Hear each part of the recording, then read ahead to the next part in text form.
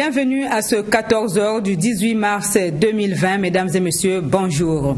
L'actualité reste dominée par la propagation du coronavirus à travers le monde. Le Congo a déjà enregistré un cas et plusieurs mesures préventives ont été prises par le gouvernement. C'est donc pour lutter efficacement contre la propagation de cette épidémie dans le pays que le ministre de l'enseignement primaire, secondaire et de l'alphabétisation a annoncé hier aux membres de l'APEC, l'association des parents d'élèves et étudiants du Congo, que la reprise des cours le 6 avril prochain est conditionnée par l'évolution de la situation sanitaire au Congo. Les élèves vont en congé de Pâques à partir de samedi prochain, vous le savez. Justin Bambaka nous en parle dans ce reportage.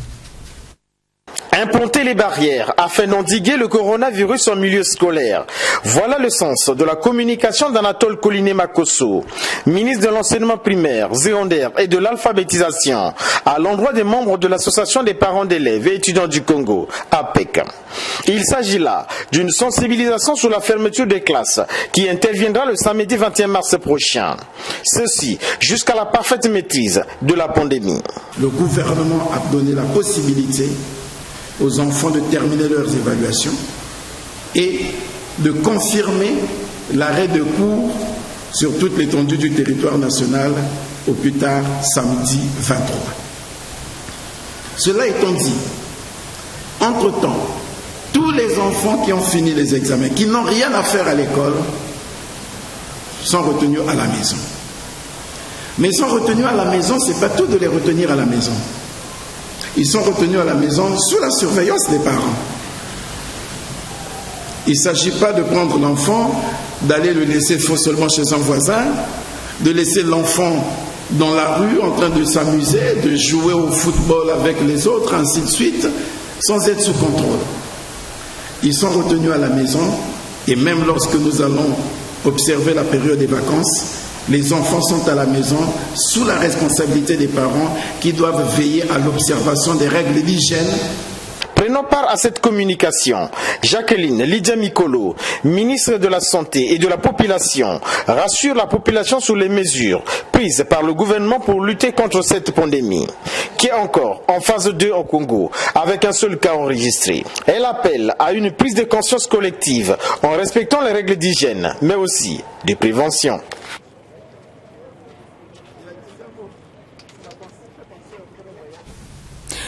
Et pour accompagner le Congo à réduire les risques de contamination, l'ambassadeur de Chine en poste au Congo a fait don hier de masques de protection, de solutions hydroalcooliques et de thermomètres infrarouges à la République du Congo.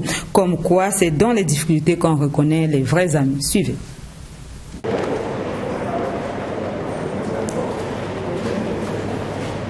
Lutte contre la propagation du Covid-19 et protection oblige, la Chine est déterminée à soutenir ses partenaires. Ce mardi, la République populaire de Chine, par le truchement de sa représentation diplomatique, vient de faire un don de solutions hydroalcooliques au gouvernement congolais.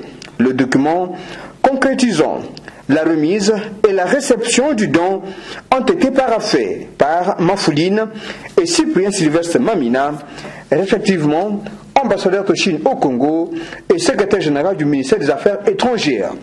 Tout ceci sous l'œil vigilant de la ministre de la Santé de la Population, Jacqueline Lydia Mikolo.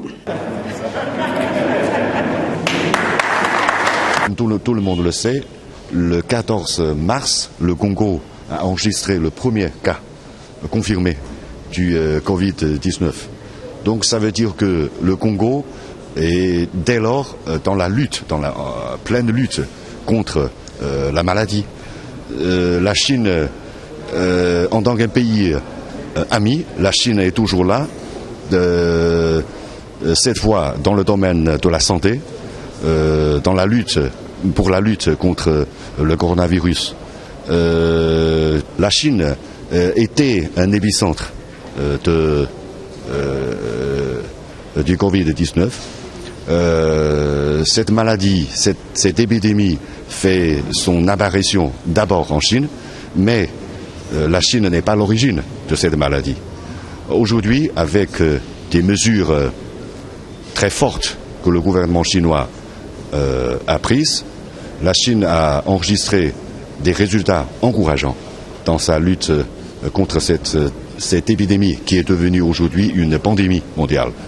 Ce don est composé d'articles comme des pièces de thermomètre infrarouge, 100 litres d'alcool de nature 96 degrés pour 100, 96%, 500 bouteilles de gel de main 300 ml, 5000 pièces de masques de protection et 400 bouteilles d'eau de javel de 2 litres. C'est la ministre de la Santé, Jacqueline Nidia Mikolo, qui a réceptionné ce don avant de le transmettre à son conseil de la santé, qui l'a par la suite transmis au SG du Mayek. Nous tenons à vous remercier tout d'abord pour la collaboration parfaite qu'il y a eu entre nos équipes et le soutien que nous avons reçu, la collaboration de l'ambassade de Chine au Congo. Et vous venez encore de faire là un grand geste. Nous savons que ce ne sera pas le dernier pour nous soutenir dès que la déclaration du premier cas a eu lieu ici au Congo. Croyez-moi, les équipes qui sont là avec moi et tout le peuple congolais vous remercie de ce geste. Comme vous savez, certains produits commencent déjà à manquer sur le marché et donc ce geste vient soulager déjà les administrations publiques et les populations qui déjà étaient à la recherche de certains produits comme les gels et autres. C'est depuis décembre 2019 que la pandémie du Covid-19 s'est déclarée en Chine. Des milliers de patients ont déjà payé les frais de leur vie.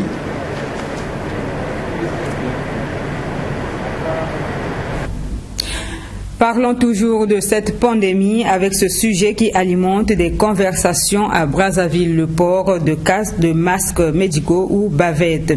De plus en plus, les Brazzavillois s'en procurent pour se protéger du Covid-19. La question qu'on est en droit de se poser est celle de savoir qui doit en mettre. Le docteur Honorine Fila s'en explique, on l'écoute au micro de Morel Mabélé.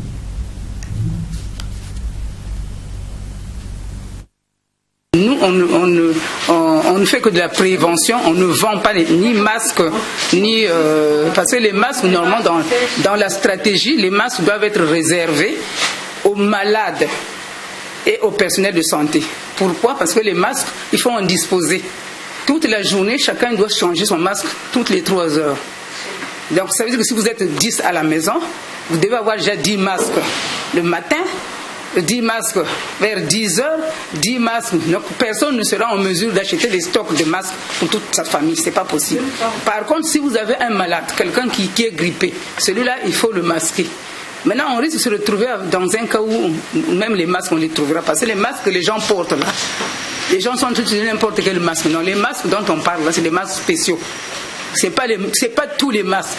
C'est pas les masques que les peintres utilisent, c'est pas les masques que les chirurgiens utilisent, c'est des masques spéciaux. En principe, dans les pays où l'infection existe déjà, l'OMS est en train de pourvoir ces masques-là dans les hôpitaux pour protéger le personnel de santé qui est en contact avec les malades. Maintenant, la population doit observer les règles les plus simples. Donc, éviter de s'embrasser, éviter de se saluer. Il faut éviter de se saluer, même si vous vous connaissez, même si vous vous aimez vraiment. Il faut éviter de se saluer et puis observer 1 mètre pendant que nous sommes en train de causer, même entre nous. Merci. Par contre, si vous avez quelqu'un qui présente des symptômes de grippe, comme la maladie s'apparente à une grippe, donc c'est difficile de savoir si c'est une grippe ordinaire, est-ce que c'est déjà le coronavirus. Si vous avez déjà un malade qui présente des symptômes, prenez les dispositions, il faut l'amener le plus vite vers un centre de santé pour qu'on puisse faire le distinguo entre une grippe normale et une grippe. Ils peuvent faire des tests pour savoir si c'est une grippe normale. La crise sanitaire causée par le coronavirus a impacté le secteur économique et financier, déprogrammant ainsi toutes les rencontres habituelles à travers le monde. Au Congo, le tout premier conseil d'administration de l'année 2020 de la Banque de développement des États de l'Afrique centrale a été reporté du fait du Covid-19. Armel Christian Zingamioko signe ce reportage.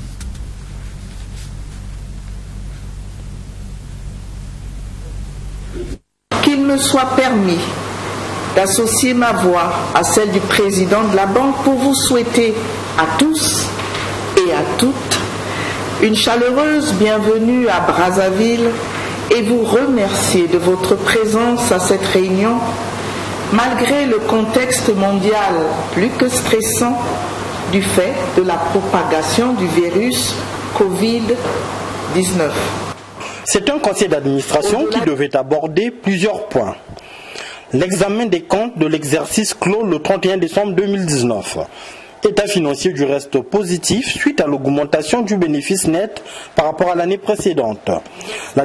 Quittons le coronavirus pour parler pénurie du poisson à Pointe-Noire. Le poisson se fait de plus en plus rare. Les armateurs installés au village des pêcheurs situé au quartier Raffinerie au sud-ouest de Pointe-Noire sont en congé technique. Demontez Mavungu signe ce reportage.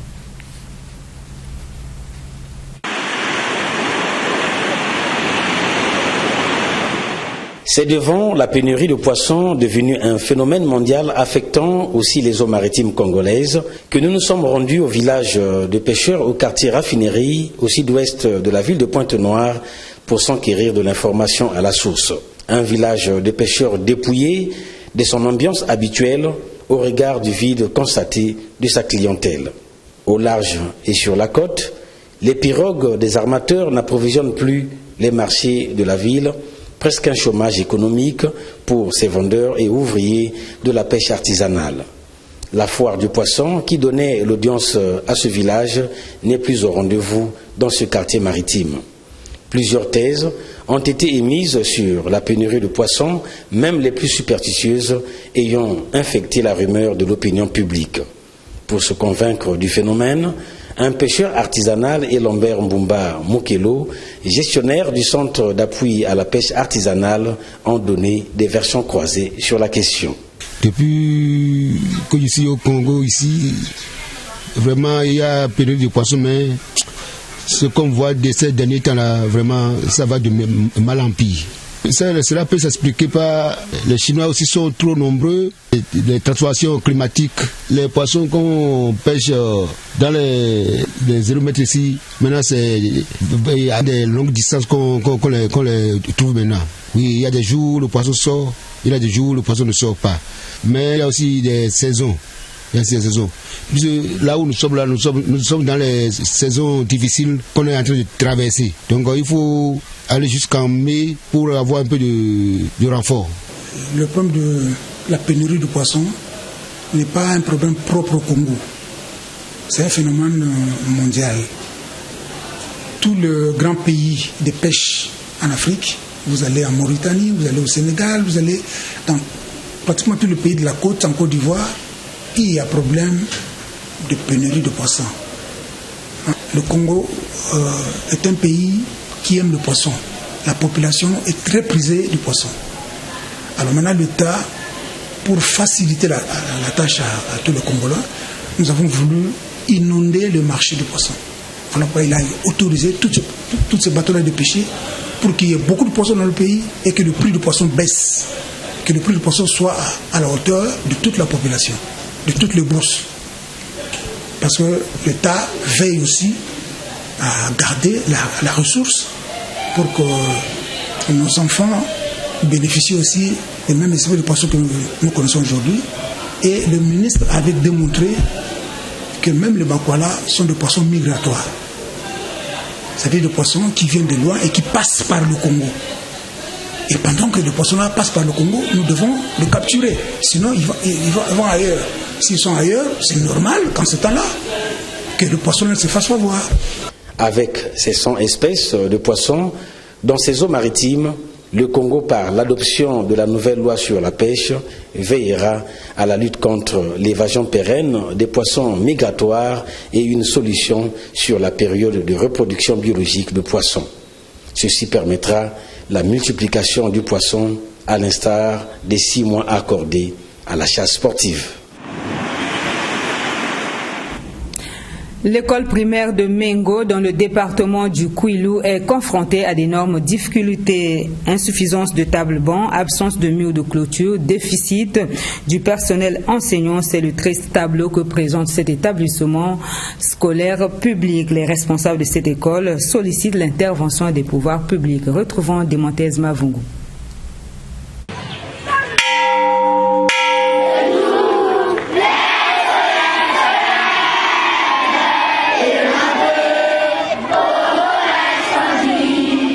Au bord de la route nationale numéro 1, en partance à la sous-préfecture de Inda, est située l'école primaire de Mengo. École primaire d'un cycle scolaire allant du CP1 au CM2, accusant des difficultés énormes de fonctionnement. C'est en pleine session d'examen oral du deuxième trimestre que nous sommes allés toucher du doigt les réalités de cet établissement d'enseignement général. Des réalités particulières par la pléthore d'élèves dans les salles de classe d'une école fonctionnant à 2 vagues. Une école n'ayant que 3 salles de classe, dans l'unique bâtiment affecté à son inauguration, d'un bloc administratif et d'une salle d'ajout qui servirait aux réunions de Mengo.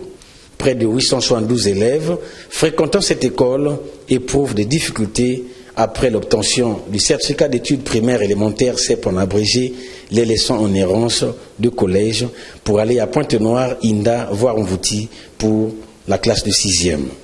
Des réalités qui suscite les cris de cœur d'une enseignante et de la directrice de l'école. Ici, les parents déplorent. Ici, il fallait que l'État songe de mettre le collège ici, parce que les enfants qui s'admettent au CP, ils partent parfois à Inda, ils partent faire le collège parfois à Mvouti. Donc les enfants ont des difficultés ici. Le collège, même le lycée. Parce que ici, nous avons que 4 salles de classe. Ici, vraiment, on souffre.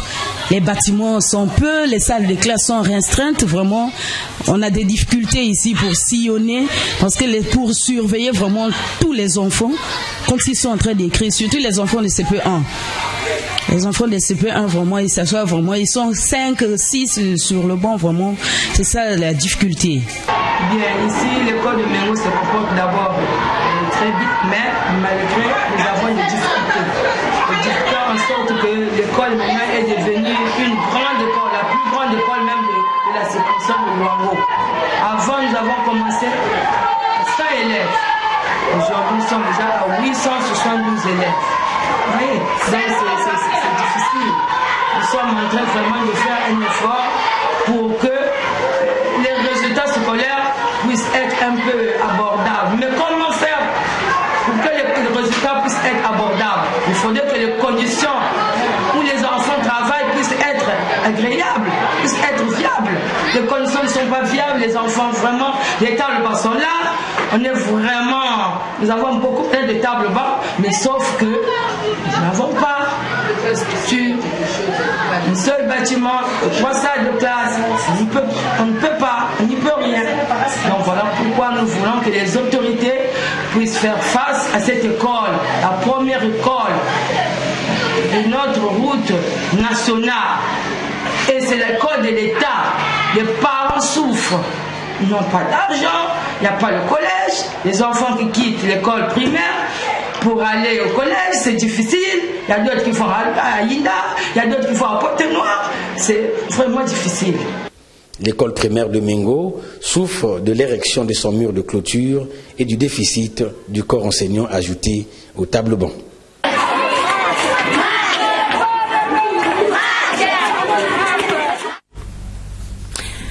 À Brazzaville, des sons discordants se font entendre au sein du MEC. Une bonne partie de ce mouvement des élèves et étudiants du Congo s'est dressée contre le bureau exécutif.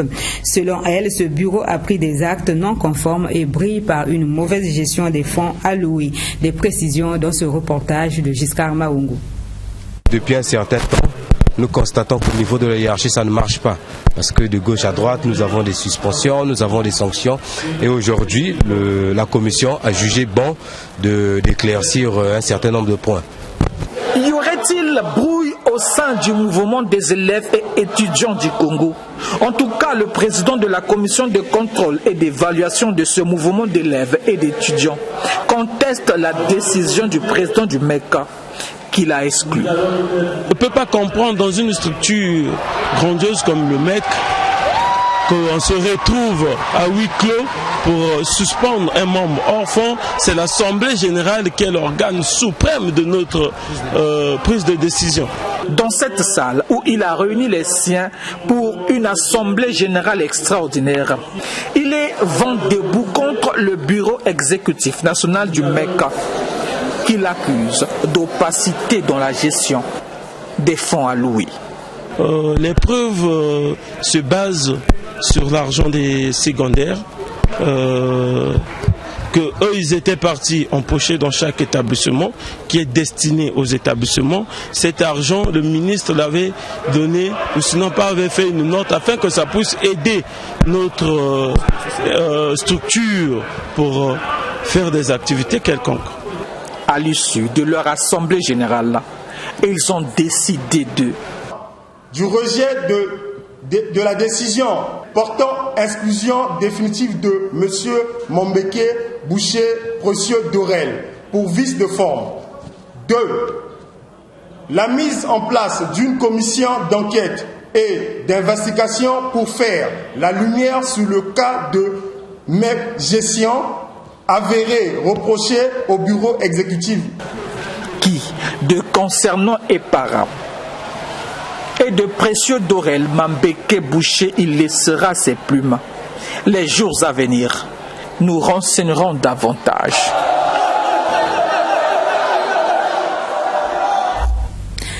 La question de l'employabilité et l'insertion professionnelle était au centre de la conférence animée hier à l'ESGAE par le professeur Bertrand Bachis, secrétaire général du CAMES, le Conseil africain et malgache pour l'enseignement supérieur. Il faut signaler que l'ESGAE est la première école privée d'enseignement supérieur du Congo à obtenir la reconnaissance de ses diplômes par le CAMES. Morel Mabélé nous en parle dans ce reportage. La problématique de l'employabilité et l'insertion professionnelle des institutions supérieures d'enseignement et de recherche, c'est sous ce thème que le secrétaire général du Conseil africain et malgache pour l'enseignement supérieur CAMES a échangé avec les étudiants et le personnel enseignant de l'École supérieure de gestion et d'administration des entreprises ESGAE. Le secrétaire général du CAMES a martelé sur la communication, car c'est le siècle de la communication. Les écoles professionnelles doivent communiquer avec le patronat pour que l'offre de formation soit adaptée aux réalités locales. Le système licence, master, doctorat, LMD, dont la manière de dispenser les cours doivent s'adapter aux besoins du marché, a été aussi évoqué au cours de cette causerie débat. La situation des jeunes diplômés africains confrontés aux problèmes d'emploi préoccupe également le CAMES. Ceci arrive souvent parce que ces futurs cadres ne sont pas préparés à être des entrepreneurs ou à travailler dans les entreprises. Le conférencier a parlé aussi du lien qui existe entre les dividendes démographiques et l'employabilité. La vision stratégique 2020-2022 qui vise à moderniser la gouvernance de cette institution a été aussi partagée lors de cet échange. Le secrétaire général du CAMES revient sur les temps forts de cette conférence qui a permis aux uns et aux autres de connaître le fonctionnement du CAMES qui existe depuis 1968. Je me suis permis d'interpeller chacun à son niveau. Vous avez vu que j'ai demandé aux enseignants d'enseigner autrement, d'exploiter au mieux la problématique ou plutôt la politique du LMD qui doit être vue comme une démarche stratégique qui amène à changer, à enseigner autrement, qui amène les étudiants à apprendre autrement, qui amène les étudiants à se professionnaliser, qui amène les étudiants à se mettre au centre même de la formation. L'ESGAE est le premier et unique établissement privé d'enseignement supérieur au Congo dont les diplômes sont accrédités par le CAMES. Elle est parmi les 1000 meilleures écoles du monde selon Eduniversal, qui est une structure française de sondage. Poursuivant ce journal, les membres de la haute autorité de lutte contre la corruption seront bientôt connus. Hier, les membres de la commission d'évaluation étaient chez le Premier ministre, président du comité de sélection des membres de cette institution. Les détails dans ce reportage de Gisra Maourou. La haute autorité de lutte contre la corruption dans sa dernière ligne droite. Il ne va rester qu'à pourvoir l'organe de ses membres après la réception du rapport de la commission d'évaluation des différentes candidatures au président du comité de sélection des membres de la haute autorité de lutte contre la corruption, le Premier ministre Clément Mwamba. 413 dossiers ont été reçus avant de ne retenir que 412. C'est ce que dit le rapport et le prochain organe de lutte n'attend que les actes qui vont le doter de ses membres. C'est le président de la République et le Premier ministre qui prendront ces actes. Nous sommes à la fin, le rapport de la commission d'évaluation, c'est un outil d'aide à la décision pour les autorités donc inversées du pouvoir de nommer le président de la République pour le poste de président et celui de secrétaire général, le Premier ministre pour les autres fonctions. Et donc c'était l'ultime étape qui consacre donc la fin des différentes étapes. Présentement va donc s'enclencher la phase administrative qui est celle de la prise des actes et donc de la publication des actes de nomination. C'est un gros challenge qui attendra alors ses membres tant les défis sont énormes. Déjà, ils devront se faire accepter par leur travail et ainsi crédibiliser leur institution. Qui sera le tout premier président de cette haute autorité? Tout le monde attend de voir. Lancement hier à Brazzaville de 2 outils très importants pour accompagner les entreprises congolaises. Il s'agit du concours du plan d'affaires destiné aux porteurs de projets et du fonds d'appui au développement des PME appelé à apporter l'appui financier. C'est le ministre Adélaïde Mourani qui a procédé au lancement en présence de la représentante de la Banque mondiale au Congo. Ces projets sont financés par la Banque mondiale dans le cadre de la mise en œuvre du PADEC. Le point dans ce reportage.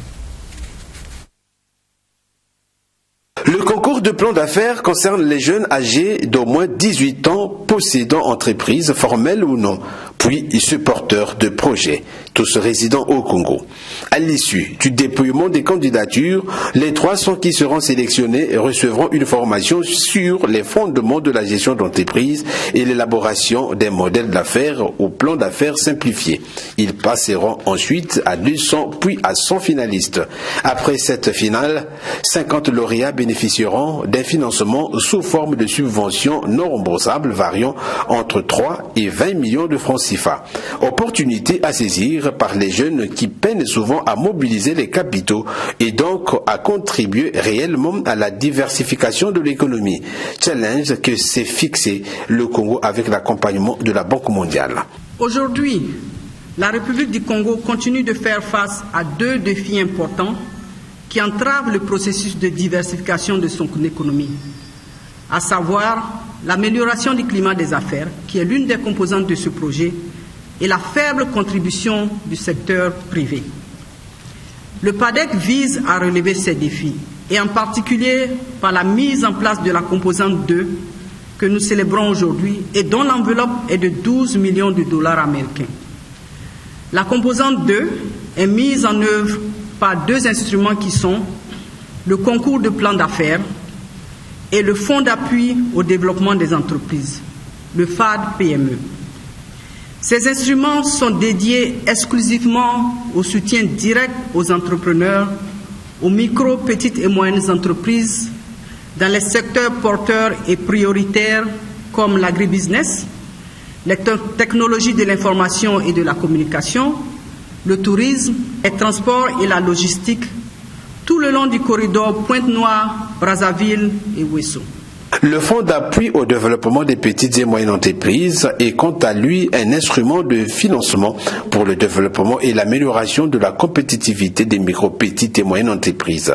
200 MTPE et groupements d'intérêt économique seront appuyés pour développer et améliorer leurs performances. À la différence du concours de plan d'affaires, le Fonds d'appui au développement des PME est un financement à coût partagé. Des initiatives qui ont rencontré l'assentiment du ministre des PME et de l'artisanat, Adélaïde Mourani. L'objectif est de créer et développer une entreprise performante et pérenne, moteur et vecteur d'une croissance continue et d'une diversification efficace de notre économie. Notre ambition est que, au terme de ce passage, par ces moules de bonnes pratiques internationales, se renforce sur le fond d'un épanouissement de l'initiative privée, la symbiose de la culture entrepreneuriale et managériale dans la société congolaise. Ainsi vont émerger les nouvelles générations d'entrepreneurs professionnels et modèles dotés d'une forte capacité d'entraînement. Notre ambition est également de mettre à profit des expertises et des expériences éprouvées et reconnues afin de perfectionner l'écosystème global d'appui à l'entrepreneur congolais. Le lancement du concours des plans d'affaires et du fonds d'appui au développement des PME signe le début effectif de la phase 2 du projet d'appui au développement des entreprises et de la compétitivité PADEC en cycle financé par la Banque mondiale.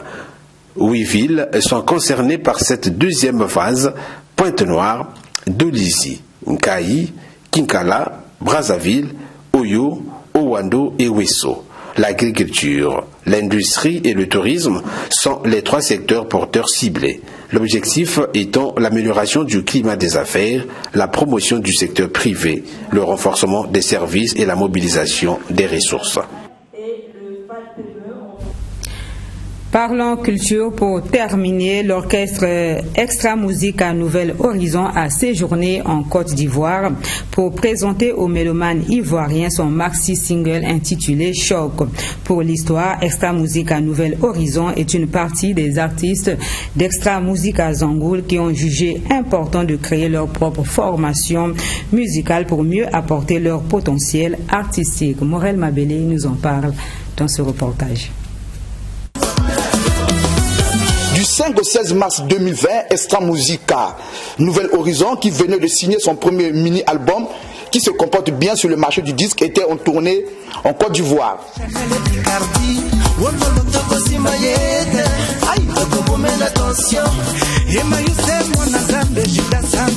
Extra Musique à Nouvel Horizon s'est produit à Boaké, au Festival des musiques du monde qu'organise 18 avril Production de l'artiste Kedje Vara.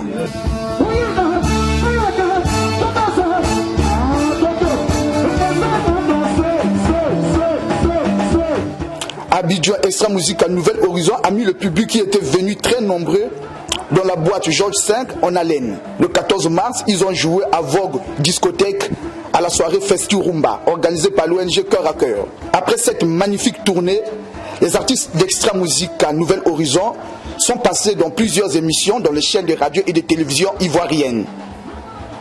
En Côte d'Ivoire, la délégation d'Extra Musique à Nouvel Horizon était conduite par son manager producteur Bertrand Bébert et tout.